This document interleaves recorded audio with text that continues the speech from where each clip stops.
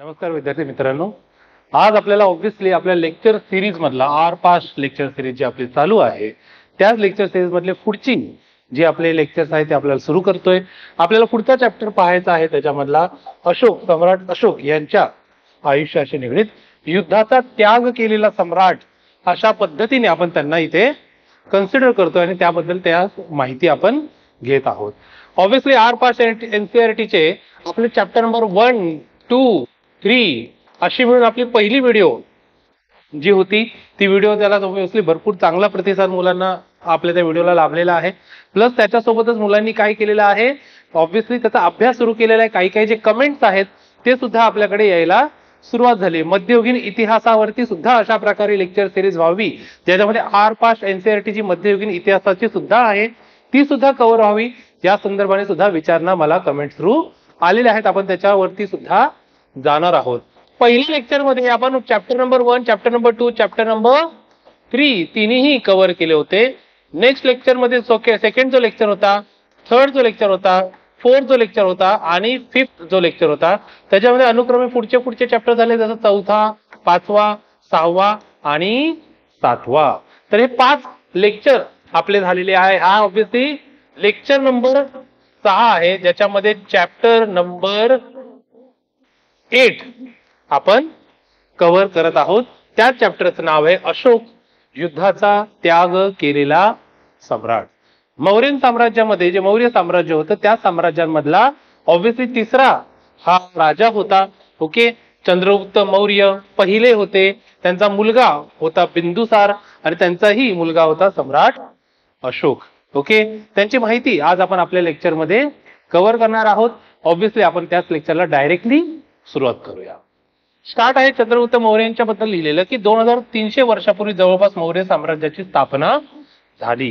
साधारणपणे 321 बीसीच्या आसपास धनानंद नावाचा जो राजा होता, ओके, त्या राजासोबत म्हणजे नंद राजघराण्याचा जो राजा होता मगध साम्राज्याचा, त्याच्यासोबत त्यांनी युद्ध केलं आणि नंतर त्यांनी चंद्रगुप्त मौर्य यांनी 321 बीसी म्हणजे इसवी सन पूर्व 321 याच्या आसपास त्यांनी मौर्य साम्राज्याची स्थापना केलेली आपणास दिसते. चंद्रगुप्त मौर्य यांनी चाणक्य यांच्या सहाय्याने अशा प्रकारची साम्राज्याची स्थापना केली होती. आपल्याला माहिती आहे चाणक्य ज्यांना ऑब्विसली कौटिल्य असं सुद्धा म्हटलं जातं, त्यांचा ग्रंथ आहे, ग्रंथाचं नाव आहे अर्थशास्त्र. या ग्रंथामध्ये नाव जरी अर्थशास्त्र असलं तरी या ग्रंथामध्ये साधारणपणे पूर्णतः प्रशासनाची माहिती, राजकारणाची माहिती, कशा प्रकारे तुम्ही साम्राज्य चालवलं पाहिजे, कशा प्रकारे साम्राज्यामध्ये वेगवेगळ्या गोष्टी असतात ते सर्व त्याच्यामध्ये सांगितलेले आहेत. त्याच्यामध्ये आपल्या राज्यांचे 7 अंग सुद्धा मेन्शन केले गेलेले आहेत. 7 एलिमेंट्स ऑफ द स्टेट या नावानेही ते आपल्याला इंग्लिश मध्ये पाहता येऊ शकतात. ओके, ऑब्विसली त्याच्यामध्ये डिस्कशन वगैरे आपल्या नॉर्मल जे लेक्चर असतात आर पास एनसीईआरटी सोडून त्याच्यामध्ये आपण त्याच्या डिटेलिंग मध्ये जाऊ शकतो, परंतु ती गोष्ट तिथे आहे हे मात्र लक्षात असलं पाहिजे. चंद्रगुप्त मौर्य यांच्यानंतर ऑब्विसली बिंदुसार आणि त्याच्यानंतर सम्राट अशोक. आता बऱ्याच मुलांचा कधी काय होतं माहिती, कन्फ्युजन होऊन जातं की चंद्रगुप्त मौर्य लक्षात राहतंय, सम्राट अशोक लक्षात राहतंय, पण इथे बिंदुसारच्या ऐवजी कधी काय करतात माहिती का, पोरं बिंबिसार करून येते. ओके, ऑब्विसली बिंबिसार हा मगध साम्राज्याचा किंवा मगध महाजन पदाचा हा राजा होता. ओके, मगध महाजन पदाचा राजा होता हा बिंदुसार जे आहे ते आपलं मौर्य साम्राज्याचा राजा आहे. दोघांमध्ये फरक आहे. तर लक्षात असं ठेवायचं की बऱ्यापैकी मुलांना एवढं तरी माहित असतंय की सम्राट अशोकांचं एम्पायर जे होतं, साम्राज्य होतं ते फार मोठं होतं. ओके, असं लक्षात ठेवण्यासाठी फक्त अशोकाच्या कंपॅरिझन मध्ये त्याच्या वडिलांचं एम्पायर बिंदू होतं, छोटस होतं, पॉइंट होतं. ऑब्विसली छोटं नव्हतं इतिहासाच्या दृष्टीने पाहायला गेलं तर आपण लक्षात ठेवण्यासाठी करतोय. ओके, सम्राट अशोकाच्या कंपॅरिझन मध्ये त्यांच्या वडिलांचं जे काही एम्पायर होतं ते बिंदू होतं. मग हा जर बिंदुसार झाला तर आपल्याला मगध साम्राज्याचा उरलेला जो आहे ना आहे बिंबिसार तो आपल्याला आरामात लक्षात राहू शकतो. ज्या बिंबिसारचा मुलगा आहे अजातशत्रू आणि बिंदुसारचा मुलगा आहे सम्राट अशोक. त्यांची राजधानी आपल्याला ऑलरेडी माहिती आहे पाटलीपुत्र आणि इतर महत्वाची शहरं पकडली तर तक्षशिला, उज्जैन, जे उज्जैन आपल्याला माहिती आहे अवंती महाजन पदाचं राजधानी होती. अवंती महाजन पदामध्ये 2 राजधान्या होत्या, एक होती उज्जैन, दुसरी होती माहिष्मती. त्यापैकी उज्जैन हे आपल्याला माहिती आहे. सोपारा आपल्या इथे नाला सोपारा जे आपल्याला माहिती आहे, आपल्या इथे नाला सोपारा आहे पालघर जिल्ह्याच्या इथे, तेच नाला सोपारा ओके, त्यावेळेला सोपारा या नावाने ओळखला जात होता. त्यानंतर कोशंबी, सांची अशा सुद्धा काही शहरं आहेत जी महत्वाची शहरं आपल्याला पाहता येऊ शकतात. ऑब्व्हियसली यातले बरीचशी शहरं आजही अस्तित्वात आहे. जसं पाटलीपुत्रच आपण बघायला गेलं तर आजचं त्याचं नाव काय होऊन जात आहे, पटना, जे आपल्या बिहार या राज्याची राजधानी आहे. ओके, मध्य भारताचे जे काही भाग होते ना, त्या काही भागात शिकारी व वनसंग्राहक लोक राहत होते, जे सम्राट अशोकाची जी काही प्रशासकीय व्यवस्था होती त्यापासून थोडेसे वेगळे राहत होते. काय मध्य भारतातला काही भाग जो होता त्याच्यामध्ये शिकारी आणि वनसंग्राहक लोक राहत होते. शहरीकरणाचा त्यांना जास्त असा काही संबंध आलेला नव्हता. साधारणपणे बघा, हे ओव्हरऑल जर तुम्ही ना पाहिलं तर ना मौर्यन साम्राज्याच्या अंतर्गत आणि इव्हन सम्राट अशोकांच्या अंतर्गत असणाऱ्या महत्वाच्या शहरांची नावं इथे लिहिलेली आहेत. ओके, जसं बघा इथे एक्स्ट्रीम एंडला गेलं आपल्याला इथे ब्रह्मगिरी दिसतंय. थोडस वर गेलं तर लंपाका, मानेसरा, तक्षशिला, तोपरा, मेरठ, लुंबिनी, रामपूर्वा, लौरिया, पाटलीपुत्र, कोशंबी अशी काही शहरं आपल्याला दिसतात. उज्जैन, सांची, गिरनार, बघा या साईडला कोण आहे, गिरनार, कंदहार अशा प्रकारे इथे जोगाडा अशी शहरं आपल्याला दिसतात. ही जी शहरं मी मार्क केली मी परत एकदा वाचून दाखवतोय बघा. का? कारण ती शहरं आपल्याला विचारली जाऊ शकतात, त्याचे प्रश्न आपल्याला विचारले जाऊ शकतात. बघा, लंपाका आहे, कंदहार आहे, त्यानंतर तक्षशिला आहे, हे एवढं काय महत्वाचं नाही, बाजूला करूया. तक्षशिला आहे, त्याच्यानंतर ना आपलं मेरठ आहे, लुंबिनी आहे, रामपूर्वा आहे, पाटलीपुत्र आहे, लौरिया आहे, सारनाथ आहे, कौशंबी आहे, सांची, उज्जैन, गिरनार, जोगाडा, ब्रह्मगिरी, मस्की, सोपारा. ओके, ही जी आपली महत्वाची राज्य आहेत, महत्वाची शहर आहेत, यांच्यावरती प्रश्न आपल्याला विचारला जाऊ शकतो. लेक्चरच्या शेवटी परत एकदा हा मॅप आपण पाहूया, जेणेकरून आपली रिव्हिजन तिथे खास करून होऊन जाईल. बघूया आपण पुढचा पॉइंट. या साम्राज्या अंतर्गत जे सम्राट अशोकाचं साम्राज्य होतं त्याच्या अंतर्गत नेमक्या काय घडामोडी घडत होत्या ते आपण पाहूया. ओके, पद होती वेगवेगळ्या प्रकारची. कर गोळा करणारा एक अधिकारी होता, संदेश वहन करणारा एक अधिकारी होता, काही काही गुप्तहेर होते, सेनापती, अध्यक्ष, अमात्य, धम्म महामत्त, समहारता, धर्माधिकारीन, राजूक, नागरिक नावाचा अधिकारी, लक्षात घ्या नागरिक नावाचा अधिकारी आहे, ग्रामणी आणि गोप. ओके, एका गावाचा प्रमुख असणार तो ग्रामणी, अनेक छोट्या मोठ्या काही गावाच्या समूहाचा प्रमुख असणार तो गोप, शहराचा प्रमुख असणार तो नागरिक, राजूक जो असणार तो रेव्हेन्यू रिलेटेड ऑफिसर वगैरे असणारे तिथे. धर्माधिकारीन आणि धम्म महामत्त नाव जरी सेम वाटत असलं तरी धम्म महामत्त जो आहे तो रिलिजियस ऑफिसर आहे आणि धर्माधिकारीन जो आहे तो जस्टिस ऑफिसर आहे. म्हणजे हे धर्म महामत्त धर्मा रिलेटेड काम करतो, तर धर्माधिकारीन जो आहे तो न्याय व्यवस्थे रिलेटेड काम करतो. ऑब्व्हियसली यांची डिटेलिंग आपल्याला त्या ठिकाणी पाहता येते. मी इथे एकदा परत रिपीट सुद्धा करतो. बघा, कर गोळा करणारे अधिकारी असतात ज्यांना आपण म्हणतो हाच आपला कर गोळा करणारा अधिकारी, समहारता. ओके, त्याच्यानंतर आपल्याला काही संदेश वहन करणारे अधिकारी असतात, गुप्तहेर असतात, काही सेनापती असतात, अध्यक्ष असतात, अमात्य असतात. अमात्य म्हणजे एक प्रकारे मंत्रीगण. ओके, धम्म महामत्त जे आहे ते ना ऑब्व्हियसली रिलिजन रिलेटेड कामं बघतात. धर्माधिकारी जे आहे ते ऑब्व्हियसली जस्टिस रिलेटेड कामं बघतात, ज्याला आपण न्याय व्यवस्था सुद्धा म्हणतो. त्यानंतर राजूक जो आहे तो रेव्हेन्यू ऑफिसर. नागरिक, रेव्हेन्यू म्हणजे महसूल रिलेटेड कामं करणारा राजूक आपला. नागरिक हा शहराचा प्रमुख असणार आणि ग्रामणी आणि गोप दोघेही गावाचे प्रमुख आहे. ग्रामणी मात्र एका गावाचा प्रमुख, तर गोप असं म्हणूया 2, 3, 4, 5 गावं एकत्र करून त्यांचा प्रमुख असणार तो गोप असणार आहे. अशा प्रकारची पद आहेत. अशा प्रकारे ऍडमिनिस्ट्रेशन प्रशासनाची व्यवस्था तिथे निर्माण केलेली आहे. आपल्याला अशोकाच्या काळात अशा प्रकारे प्रशासन व्यवस्था पाहायला मिळते. ओके, आणि मुळात जे सर्व काही ना आपण म्हणू शकतो सर्व काही निर्णय घेण्याची जी क्षमता आहे, आपण म्हणू शकतो सर्वात मोठी निर्णय घेण्याची क्षमता जो आहे, सर्व काही रिपोर्ट, सर्व काही अहवाल प्राप्त करणारा जो व्यक्ती असणार आहे तो असणार आहे सम्राट.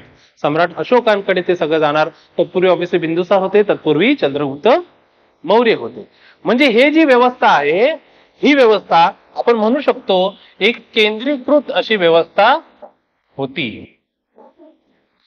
ओके, केंद्रीकृत अशी व्यवस्था होती, सेंट्रलाइज ऍडमिनिस्ट्रेशन होतं.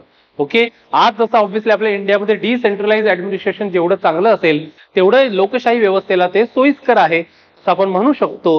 तशा प्रकारे त्याच्या एक्झॅक्टली उलट म्हणायला हरकत नाही, मौर्य साम्राज्याच्या अंतर्गत केंद्रीकरण जास्त झालेलं होतं, केंद्रीकृत व्यवस्था आपल्याला पाहायला भेटते.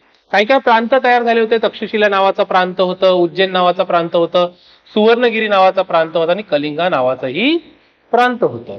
स्वतः अशोक जेव्हा आपले बिंदुसार आपले काय होते बिंदुसार सम्राट होते तेव्हा आपले अशोक उज्जैनचे प्रांत प्रमुख म्हणून कार्य करत होते.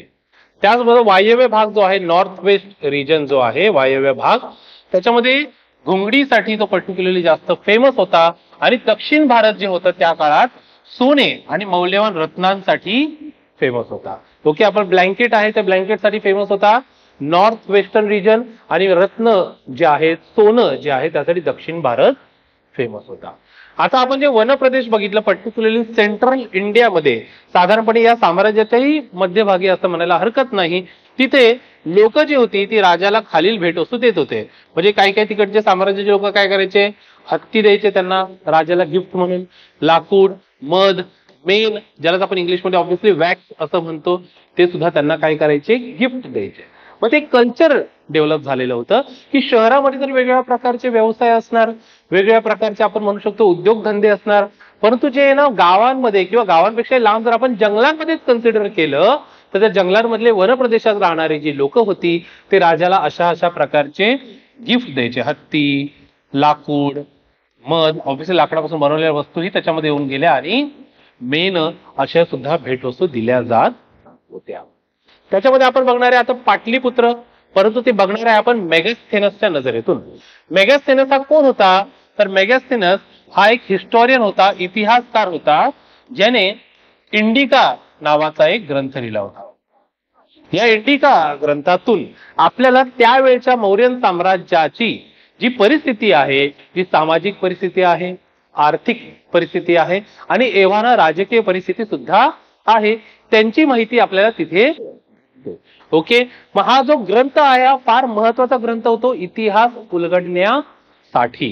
त्याच ग्रंथामध्ये त्यांनी पाटलीपुत्र नावाचं जे शहर आहे, ऑब्व्हियसली आपल्या मौर्य साम्राज्याची राजधानी पाटलीपुत्र जे आहे, ते कशा प्रकारे त्यांनी त्याचं वर्णन केलेलं आहे ते पाहूया. बघू मेगास्थेनसचं म्हणणं काय बघा. मेगास्थेनस चंद्रगुप्त मौर्याच्या दरबारात होता. ओके, बघा हा आहे मेगास्थेनस, तर हे आहे चंद्रगुप्त मौर्य. ओके, आता हे चंद्रगुप्त मौर्य आहे, बाजूला ही गौरवर्णीय एखादी स्त्री दिसते, म्हणजे आपण समजू शकतो कदाचित ती हेलेना असावी. ओके, आणि बाकीचे जे काही मंडळी आहे ते इतर काही कॅरेक्टर असू शकतात, समजा आपण त्यांना कन्सिडर करू शकतो इतर कोणते कॅरेक्टर ते असतील. त्याच्यामध्ये काय लिहिलंय बघा, सोनेरी पालखीतून शाही मिरवणूक केल्या जायच्या, ज्या शाही मिरवणुकीमध्ये सोने व चांदीने सजवलेले हत्ती, प्रशिक्षित केलेले पोपटांचे थवे सुद्धा असायचे. विचार करा, हे सगळं त्यावेळेला काय करायचे, अशा प्रकारे शाही मिरवणूक व्हायचं असं मेगास्थेनसने स्वतःच्या इंडिका नावाच्या ग्रंथात लिहिलेलं आहे. राजाचे जे अंगरक्षक असायचे ते शस्त्रधारी स्त्रिया असायच्या. ओके, तर स्त्रिया म्हणजे स्त्रिया महिला सुद्धा त्या काय होत्या, तिथे बॉडीगार्ड म्हणून काम करायच्या. 2 किंवा 3 मजली लाकूड आणि मातीच्या इमारती आपल्याला तिथे पाहायला भेटायचं. एव्हाना सुरुवातीला राजाचं महलही लाकडाचं दिसत होतं. ओके, मेगास्थेनस जो आला होता सुरुवातीच्या काळात आला होता मौर्य साम्राज्याच्या, लाकडाचं महल दिसत होतं. नंतरच्या काळात ऑब्व्हियसली आर्ट अँड कल्चर मध्ये आपण पाहू शकतो की याच मौर्य साम्राज्याच्या काळामध्ये लाकूड या एलिमेंट पासून आपण दगड या एलिमेंट कडे शिफ्ट व्हायला लागलो. म्हणजे ज्या ज्या वस्तू पूर्वी लाकडाने बनवल्या जात होत्या, नंतरच्या काळामध्ये दगडांनी त्या वस्तू बनवल्या गेल्या. पर्टिक्युलरली चुनार नावाचं जे दगड आहे त्याचा वापर त्यावेळेला जास्त होत होता नंतरच्या मौर्य साम्राज्याच्या नंतरच्या काळामध्ये. मेगास्थेनस मी जसं मगाशी सांगितलं तर मौर्य साम्राज्याच्या सुरुवातीच्या काळामध्ये आपल्याला दिसतोय ज्यावेळेला लाकडचा वापर केला जायचा बांधकामांमध्ये. राजमहल जे असायचे, राजमहालामध्ये जी छोटी छोटी दगड असायची, जे महालांचे दगडवर काम केलेलं असायचं त्यावरही नक्षीकाम दिसायचं. प्लस बाग असायची राजमहालाच्या इथे आणि त्याच राजमहालामध्ये पक्ष्यांचे पिंजरे होते असं आपल्या मेगास्थेनसला स्वतःच्या पुस्तकातून सांगायचं आहे. मग हे सर्व आर पास एनसीईआरटी मध्ये सुद्धा नमूद केलेलं आहे. आपण काय करतो, आपलं लक्ष देत नाही. हा ठीक आहे ना, शाही मिरवणूक तर जाणारच जाणार. ओके, मग लाकडाच्या इमारती असणारच असणार, पण हे पण आपल्याला कळायला पाहिजे की त्या लाकडाच्या इमारतीतून नंतरच्या काळात चुनार नावाचा जो दगड होता त्याच्यामध्ये ट्रान्सफॉर्म झाले. हळूहळू आपण नवीन नवीन दगडांचा वापर करायला सुरुवात केली. राजमहालामध्ये नेमकं दगडांचा वापर होत होता का थोडासा, तर ऑब्व्हियसली होत होता, परंतु राजाचं महल जे मुख्य होतं ते लाकडाने बांधलेलं होतं. खास करून हा जो शस्त्रधारी स्त्रियांचा जो पॉइंट आहे त्याच्यावरही प्रश्न आपल्याला विचारला जाऊ शकतो. आता हे आपले मगाशी बघितलं, हे कोण आहे? चंद्रगुप्त मौर्य. आणि हे पण आहे, हे कोण आहे? चंद्रगुप्त मौर्यच आहे. तर हे त्यांचे गुरु आहे भद्रबाहू. ओके, भद्रबाहू जे त्यांचे गुरु आहेत, ऑब्व्हियसली जैन धर्माचे ते गुरु आहेत.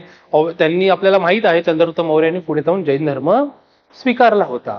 त्याच्यानंतर बिंदुसार होता, त्यांनी राजाश्रय दिला होता आजीवक नावाच्या धर्माला. ओके, म्हणजे बघा, चंद्रगुप्त मौर्याने जैन धर्म स्वीकारला, आपले जे बिंदुसार होते पुढे जाऊन त्यांनी आजीवक नावाच्या धर्माला राजाश्रय दिला, आणि आपले जे सम्राट अशोक होते, ऑब्व्हियसली त्यांनी बौद्ध धर्म स्वीकारलेला होता. म्हणजे सम्राट अशोकाच्या नजरेतून बघितलं तर भाई त्याच्या आजोबा जैन धर्माचे, त्याच्या वडिलांनी राजाश्रय दिलाय कोणत्या धर्माला? आजीवक नावाच्या एका धर्माला. आणि स्वतः सम्राट अशोक कोणता धर्म स्वीकारत आहे? बौद्ध धर्म स्वीकारत आहे. एकाच परिवारात आपल्याला दिसतंय की भाई तिघेही पिढ्या वेगळ्या धर्माशी अलाइन करत आहे स्वतःला. ओके, या प्रकारची धर्माची तरलता आपल्याला त्या वेळच्या समाज रचनेमध्ये दिसत होती. ओके, आता हे बघूया, पुढे बघूया आपण काय बघितलं या स्लाइडमध्ये. साम्राज्यातील साधारणपणे घडामोडी बघितलं की प्रांतीय रचना होती, एका प्रांताचे प्रमुख अशोक सुद्धा होते, उज्जैन प्रांताचे प्रमुख, आणि काही पदांची माहिती सुद्धा आपण बघितली. प्लस पाटलीपुत्र हा मेगास्थेनसच्या नजरेतून आपण पाहिला आहे की नेमकं. ओके, सम्राट अशोक जे होते त्यांनी शिलालेख लिहिण्याची त्यांची जी पद्धत होती ती फार फेमस होती. अनेक त्यांचे जे रॉक एडिक्ट आहे, ओके, किंवा शिलालेख आहे ते भरपूर जास्त फेमस आपल्याला दिसतात. त्याचे टाईप केले जातात, मेजर, मायनर, असे काही टाईप त्याच्यामध्ये केले जातात. काही मायनर रॉक एडिक्ट होते, ऑब्व्हियसली काही छोटे शिलालेख होते, काही मेजर रॉक एडिक्ट सुद्धा होते. ओके, त्याच्यामध्ये ते स्वतःचे आदेश असायचा, तो राजाचा आदेश असायचा ते मेन्शन करायचे त्याच्यामध्ये, किंवा धम्मबाबत उपदेशांची सुद्धा व्यवस्था त्याच्यामध्ये होती. भाषा जी होती ते भाषा कोणती वापरायचे? जनरली प्राकृत, आणि लिपी वापरायचे ब्राह्मी. आता आपल्याला हे दिसतंय ना, हे जास्तीत जास्त शिलालेख जे आहेत ते या प्राकृत भाषेमध्ये आणि ब्राह्मी नावाच्या लिपीमध्ये केले जाईल. परंतु आपण याच्यामध्ये ऍडिशन बघितली तर नॉर्थ वेस्ट रिजन मध्ये आणि काही अफगाणिस्तानच्या सुद्धा रिजन मध्ये, ओके, वेगळी भाषा सुद्धा वापरत होती. लोकांमध्ये कॉमन भाषा पकडली तर अरेबिक भाषेचा वापर केला जात होता, परंतु नॉर्थ वेस्ट मध्ये खरोष्टी नावाची लिपी वापरत होती. आपण मी या साईडलाच लिहूया ते. ओके, आता अरेबिक तर कॉमन आहे, आपण नंतर लिहूया. ओके, कोणती लिपी वापरत होते? खरोष्टी. आणि अफगाणिस्तानमध्ये कोणती लिपी वापरत होते? ग्रीक लिपी. दोघांमध्ये मात्र जी भाषा होती ती भाषा कोणती होती? अरेबिक भाषा वापरत होते. हे आहेत लिपी, लक्षात घ्या. हे जे दोन आहेत ते काय लिहिलेले आहेत? आपण लिपी लिहिलेले आहेत, आणि ही जी आहे ती भाषा लिहिली जायची. म्हणजे नॉर्थ वेस्ट भागात, म्हणजेच वायव्य भागात अरेबिक भाषेचा वापर खरोष्टी लिपीमध्ये, आणि अफगाणिस्तानच्या इकडे अरेबिक भाषेचा वापर ग्रीक लिपीमध्ये असा केला जात सुद्धा होता. That will be the extra point जे आपल्या आरपास एनसीईआरटी मध्ये सुद्धा लिहिलं गेलेलं नाहीये, आपण त्यांना तिथे कंप्लीट करत आहोत. ओके, पुढे बघूया. आता आपण पुढे कोणते पार्ट बघायचे? कलिंग युद्धाचे रिलेटेड पार्ट बघायचे. कलिंग युद्ध आजच्या ओडिसा नावाच्या राज्यामध्ये झालं, जवळपास इसवी सन पूर्व 261 मध्ये. काही शिलालेखांमध्ये लिहिलेलं आहे की शिलालेखातील नोंदीनुसार, जसं बघा हा शिलालेख आहे तो, ज्याच्यामध्ये आपल्याला काय भेटणार आहे? माहिती भेटणार आहे आपल्या याची कलिंग युद्धाची. त्या शिलालेखांवरती नोंदीनुसार 1 लाखाहून अधिक सैनिक व नागरिक त्यावेळेला मारले गेले होते. फार मोठ्या प्रमाणावरती हिंसा त्या युद्धाच्या दरम्यान झाली होती. परंतु हेच ते युद्ध आहे ज्यामुळे संपूर्ण मानवी इतिहासात आपल्याला एक अशी घटना दिसते जी घटना महत्वाची मानली जाते. ती घटना म्हणजे नेमकं काय की सर्व काही युद्धाच्या ज्या मोहिमा होत्या त्या सर्व युद्धाच्या मोहिमा पूर्णतः यशस्वी होत असताना सुद्धा एखाद्या राजाने युद्ध करणं पूर्णतः टाळलं, युद्ध करणं एक प्रकारे सोडूनच दिलं. असा एकमेव राजा आपल्याला सम्राट अशोकांच्या स्वरूपात भेटतो. ओके. आता बघा तरी ना, मी समजा एखाद्या ठिकाणी युद्ध करतोय, अरे जिंकतच नाहीये, इथे युद्ध करायला गेलो इथे पण जिंकत नाहीये, तिकडे युद्ध करायला गेलो तिकडे पण जिंकत नाही, आणि मी कंटाळून युद्ध करणं सोडून दिलं, ती वेगळी गोष्ट आहे. परंतु माझ्या युद्धाच्या मोहिमा कंटिन्युअसली आपण पाहायला गेलं तर यशस्वी होत आहे. ओके. ऑब्व्हियसली जे यश अपेक्षित आहे ते मिळत आहे किमान किमान तिकडं. त्या वेळेला सुद्धा जर मी युद्धाची गोष्ट सोडत आहे, असा एकमेव राजा आपल्याला सम्राट अशोकाच्या स्वरूपात भेटतो. त्याच्यामध्ये 13वे शिलालेख जे आहे, जे जोगाडा ओडिसा इथे केलेलं आहे. ओके. अनेक शिलालेख आहे, जसं मस्कीचा एक शिलालेख आहे. मस्की कुठे आहे? कर्नाटकमध्ये. त्यानंतर जोगाडाचा शिलालेख आहे, ते कुठे आहे? ओडिसामध्ये. ओके. मी तुम्हाला ऑलरेडी सांगितलं होतं बघा, आपण शॉर्टकट शक्यतो काय वापरतो? स्टेटला शॉर्टकट वापरतो, जे जनरली त्यांच्या व्हेहिक्युलर कोडची आपल्याला मॅच करतात, जेणेकरून आपले नोट्स पण शॉर्ट दिसतात आपल्याला, है ना. जे जोगाडा ओडिसा आहे तिथे 13वा शिलालेख नावाचा जे शिलालेख आहे, त्याच्यामध्ये काय लिहिले आपण व्यवस्थित वाचूया बघा. बलाद्वारे जिंकण्यापेक्षा धम्माद्वारे लोकांना जिंकणं जास्त चांगलं आहे. धम्माद्वारे मी लोकांना जिंकेल. ऑब्व्हियसली हे सुद्धा आपल्या इथे लिहिलेलं दिसतंय. ही कोणती लिपी वापरलेली आहे? ऑब्व्हियसली ही लिपी वापरलेली आहे बघा, ब्राह्मी लिपीच वापरलेली आहे.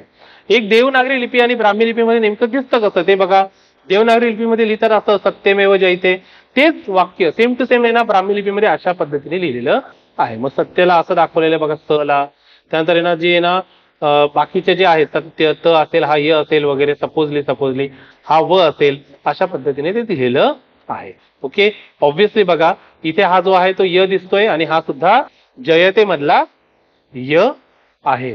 ओके. ऑब्व्हियसली आपल्याला ब्राह्मी लिपी शिकायची आहे का? आता नाही, पण आपल्याला कळू शकतं की ब्राह्मी लिपी आपल्यालाही वाचता येऊ शकते. आपणही त्याचा पाहिजे तर अभ्यास करू शकतो, which is not necessary for UPSC और MPSC, but still we can do if you are interested in that. Okay. या युद्धानंतर लवकरच अशोकाने बौद्ध धम्माची दीक्षा घेतली आणि देश विदेशात त्याचा प्रसार करण्यासाठी आपली सर्वतः जी शक्ती आहे आणि साम्राज्याची जी काही साधन संपत्ती आहे ती पूर्णपणे पणाला लावली. त्यानंतर ऑब्व्हियसली युद्धांच्या दृष्टिकोनातून त्या बाबतीत प्रयत्न केले नाही. ओके. अशोकाचा धम्म जर पाहिलं आपण तर त्याच्यात त्यांनी काय म्हटलंय? देवाची पूजा आणि यज्ञविधी यांना परवानगी नाहीये. बघा मी असं क्रॉस केलेलं आहे, असं केलेलं आहे का? कारण देवाची पूजा त्यांना मान्य नाही. जे अशोक जे धम्म स्वतः समजतो त्यानुसार त्याला देवाची पूजा मान्य नाहीये, यज्ञविधी ही मान्य नाहीये, सॅक्रिफायसेस मान्य नाहीये. ओके. त्यांचं म्हणणं आहे की बुद्धांचे जे मूळ विचार आहे तेच आपण फॉलो केले पाहिजेत. धम्म महामत्त आपण मगाशीच बघितलं होतं की धम्म महामत्त एक अधिकारी आहे, तो रिलिजियस ऑफिसर आहे. त्या रिलिजियस ऑफिसरची ड्युटी काय आहे बघा? धम्म प्रसार करण्याचं काम त्याला दिलेलं आहे. हा धम्म महामत्त धम्म प्रसार करणारा अधिकारी असणार आहे. ओके. त्यावेळी अनेक शिल्प, दगड, स्तंभ यांच्या माध्यमातून धम्माची माहिती देण्याचे काम अनेक आपल्याला शिल्पातून, दगडातून, स्तंभातून केलेलं दिसतं. अशा प्रकारचे पिलर सुद्धा आपल्याला पाहता येतात. जसं आपल्याला माहिती आहे अलाहाबाद इन्स्क्रिप्शन आहे, अलाहाबाद स्तंभ आहे. ऑब्व्हियसली अलाहाबाद स्तंभच म्हणून त्याला ओळखलं जातं, त्याला पाहिजे तर आपण प्रयागराज स्तंभ असं म्हणू शकतो. त्याच्यावर सुद्धा आपल्याला माहिती आहे की अनेकरित्या माहिती जी आहे धर्माबद्दल ती लिहिलेली आहेत. त्या स्तंभावर नंतर पुढच्या राज्यकर्त्यांनी सुद्धा त्याच्यावरती ऍडिशन करून इतर काही काही गोष्टी लिहिल्या होत्या, ते पुढच्या राज्यकर्त्यांनी जे आपण नंतर पाहू शकतो. ओके. दगडांवरती सुद्धा गोष्टी करणं आपण बघितलेलं आहे, शिलालेखांवरती लिहिलेल्या गोष्टी. जसं जौगाडा इथे सुद्धा शिलालेख आहे, मस्की इथे सुद्धा काही शिलालेख आहे, इतर जे काही ठिकाण आहे तिथे सुद्धा आपल्या अशा प्रकारचे शिलालेख, स्टोन इन्स्क्रिप्शन भेटू शकतात. दूर देशामध्ये सुद्धा बौद्ध धर्माचा प्रसार करण्यासाठी जातात बघा. आजचं सिरिया, इजिप्त, ग्रीस, श्रीलंका या देशांमध्ये सुद्धा ते गेलेले आहेत. Okay. Which is a quiet a good thing. रस्ते बांधणे, विहिरी बांधणे, विश्रामगृह बांधणे हे सुद्धा धम्माच्या अंतर्गतच त्यांनी केलेलं आहे. विश्रामगृह ऑब्व्हियसली जे बौद्ध भिक्खू असतील त्यांच्यासाठी, विहिरी आणि रस्ते हे सुद्धा बांधण्यासाठी त्यांनी केलेलं आहे. आणि धम्माच्या अनुसारच मनुष्य व प्राण्यांसाठी आरोग्य सुविधा पुरवणं हे सुद्धा धम्माच्या अंतर्गत मला दिली गेलेली जबाबदारी आहे, असं त्यांचं स्वतःचं म्हणणं होतं. सम्राट अशोकाच्या काळामध्ये जवळपास आपण म्हणू शकतो की जवळपास पूर्ण भारत हा आपल्याकडे काय होता? अशोकाच्या अधिपत्याखाली येत होता. आता पूर्ण भारतात धम्माचा जे काही प्रसार होता तो ऑब्व्हियसली त्याच प्रकारे होत होता, विस्तारित केला जात होता. ओके, साधारणपणे साऊथ इंडियामध्ये जे काही आपण म्हणू शकतो 3 जे राजे होते, चोळ ज्याला चोला असंही म्हणतात, चेर ज्याला चेरा असंही म्हणतात, आणि पांड्य ज्याला पंड्या असंही म्हणतात. हे जे चोळ, चेर आणि पांड्य हे जे 3 साम्राज्य होते ज्यांना संगमा असं सुद्धा म्हटलं जातं किंवा संगम साम्राज्य असं सुद्धा म्हटलं जातं, त्यांची माहिती आपण इतर लेक्चरमध्ये पाहणार आहोत. ऑब्व्हियसली इथे आपण काय बघितलं, इथे आपण फोकस केलेला आहे आपले जे काही सम्राट अशोक आहे त्या सम्राट अशोकांच्या पूर्णपणे धम्माच्या रिलेटेड आपण माहिती बघितली. तत्पूर्वी चंद्रगुप्त मौर्य यांच्या काळात सुद्धा कशी काही परिस्थिती होती, पाटलीपुत्र या शहराची परिस्थिती कशी होती, त्याप्रमाणे त्यांचं ऍडमिनिस्ट्रेशन म्हणजे प्रशासनाची व्यवस्था कशी होती तीही आपण पाहिली. जशी बघा प्रशासन व्यवस्थेनिमित्त आपण त्यांचे पद पाहिले, त्यांची प्रांत रचना पाहिली, वायव्य भागामध्ये एव्हाना साऊथ इंडियामध्ये कशा कशा प्रकारचे वस्तू तिथे फेमस होत्या त्या पाहिल्या. पाटलीपुत्र हे जे शहर होतं ते ऑब्व्हियसली मेगास्थेनिसच्या नजरेतून पाहिलं, ज्याच्यामध्ये ना राजा कशा प्रकारे शहरात वावरत होता, कशा प्रकारे त्यांचं जाणं येणं होतं हे आपण पाहिलेलं आहे. आणि तत्पूर्वी ऑब्व्हियसली आपण चंद्रगुप्त मौर्यापासून स्टार्ट करत करत महत्वाच्या शहरांची लिस्ट आउट सुद्धा केलेलं आहे. हे सर्व काही आपलं आवर पास्ट NCERT शीही निगडीत आहे. ओके, त्याच रिलेटेड आहे. त्यामधला चॅप्टर नंबर 8 जो आहे तो आपण या लेक्चर मध्ये कंप्लीट केलेला आहे. लिटरली प्रत्येक चॅप्टर जो आहे तो तुम्हाला वाचायला जरी गेलं तरी तुम्हाला वेळ जाईल, परंतु ही व्हिडिओमध्ये मी पूर्णपणे तुम्हाला समजावून सांगत आहे. तेव्हा तुम्ही काय करते, कंप्लीट करताना हे व्हिडिओ चालू असतानाच तुम्ही जर स्वतः समोर जर ते NCERT ठेवली तर कदाचित अजून जास्त चांगलं आपल्याला रिझल्ट भेटू शकतात. UPSC किंवा MPSC मध्ये दोनोंमध्ये जर तुम्हाला क्वेश्चन्स आले तर तुम्हाला हे कदाचित अजून जास्त पद्धतीने सॉल्व्ह करता येऊ शकते. एक आहे ना, बरेच जण हे एक पॉइंट सांगायचं राहिला की हे काय नेमकं. ओके, तर बघा हे जे कलिंगाचं युद्ध आहे, कलिंगाचं युद्ध दया नावाच्या एक नदीच्या किनारी झालं. दया नावाची नदी होती. ओके, ज्या किनारी ते युद्ध झालं हीच ती दया नदी. ओके, जिथे आपलं हे कलिंगाचं युद्ध झालं होतं. असंही सुद्धा काही स्टोरीज मध्ये वगैरे म्हटलं जातं की कलिंगाचं युद्ध एवढं हिंसक होतं की दया जी नदी आहे त्याच्यामध्ये पाणी नाही तर रक्त वाहत होतं. ऑब्व्हियसली स्टोरीज आहेत, मे बी खरं असेल नसेल, we cannot conclude on that. पण सध्या तरी आपल्याला म्हणूया की नदीचं नाव आपल्याला घ्यायला हरकत नाहीये, जे ऑब्व्हियसली आर पास्ट NCERT मध्ये नमूद केलेलं नव्हतं, तर आपण एक्स्ट्रा फॅक्ट म्हणून ते पाहिलेलं आहे. आता आपण सांगितलं की लेक्चरच्या शेवटी आपल्याला शहरांची परत एकदा नावं पाहायची आहे. बघा कोणकोणती शहरं आहेत, लंपाका, कंदहार. ओके, आणि मी जे सांगतोय ते आपण लक्षातही ठेवा, त्या हिशोबाने ऐकूनही घ्या. लंपाका, कंदहार, तक्षशिला, मेरठ, लुंबिनी, रामपुरवा, लौरिया, पाटलीपुत्र, सारनाथ, कौशंबी, सांची, उज्जैन, गिरनार, सोपारा, जवगाडा, मस्की आणि ब्रह्मगिरी असे आपण ते शहरं पाहिलेली आहे. परत एकदा बघा, लंपाका, कंदहार, तक्षशिला, मेरठ, लुंबिनी, रामपुरवा, लौरिया, पाटलीपुत्र, सारनाथ, कौशंबी, सांची, उज्जैन, गिरनार, सोपारा, जवगाडा, मस्की आणि ब्रह्मगिरी. हे असं तुम्ही काय करा, त्याच्यावरती नजर सतत फिरवत राहा. ओके, या शहरांची माहिती आपल्याला विचारली जाऊ शकते आणि आपल्याला कधी कधी या शहरांच्या रिलेटेड प्रश्नही येऊ शकतात. आपल्याला एक पिक्टोरियल इमेज जेव्हा आपल्याकडे तयार असेल, एक व्हिज्युअल इमेज जेव्हा आपल्याकडे तयार असेल, तेव्हा आपल्याला ते प्रश्न जास्त चांगल्या पद्धतीने डील करता येऊ शकतात.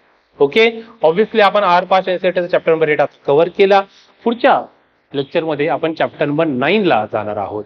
तुमचे तोपर्यंत काही डाऊट्स असतील, तुमचे काही क्वेरीज असतील, ऑब्व्हियसली अजून काही लेक्चर्स वेगळ्या प्रकारचे तुम्हाला काही पाहिजेत का, तुम्हाला कोणत्या प्रकारचे लेक्चर्स तुम्हाला असं वाटतंय की आपण अजून एक लेक्चर सिरीज या पद्धतीने चालू करू शकतो का, तुम्ही बिंदास तुमचे डाऊट्स असतील, तुमचे क्वेरीज असतील, तुमचे काही सजेशन्स असतील ते आपल्या या नंबरवरती तुम्ही मेसेज किंवा कॉल करूनही सांगू शकतात, किंवा आपल्या कमेंट सेक्शन मध्ये सुद्धा कमेंट करून सांगू शकतात की which type of lectures do you required in further study for the UPSC और MPSC. ते आपण मराठी आणि इंग्लिश दोन्ही माध्यमातून कव्हर करू शकतो. आपल्याला तसं सुद्धा तुम्ही पाहिजे तर कमेंटमध्ये मेन्शन करू शकतात की मराठीतून अशा प्रकारचे लेक्चर्स आम्हाला हवे आहेत, किंवा इंग्लिश भाषेतूनही वेगळ्या प्रकारचे लेक्चर्स आपल्याला भेटू शकता का, ते तुम्ही त्याबद्दल कमेंटमध्ये सांगू शकतात. भेटू ऑब्व्हियसली पुढच्या लेक्चरमध्ये, त्याच्यामध्ये आपण चॅप्टर नंबर 9 वरती जाणार आहोत. ओके.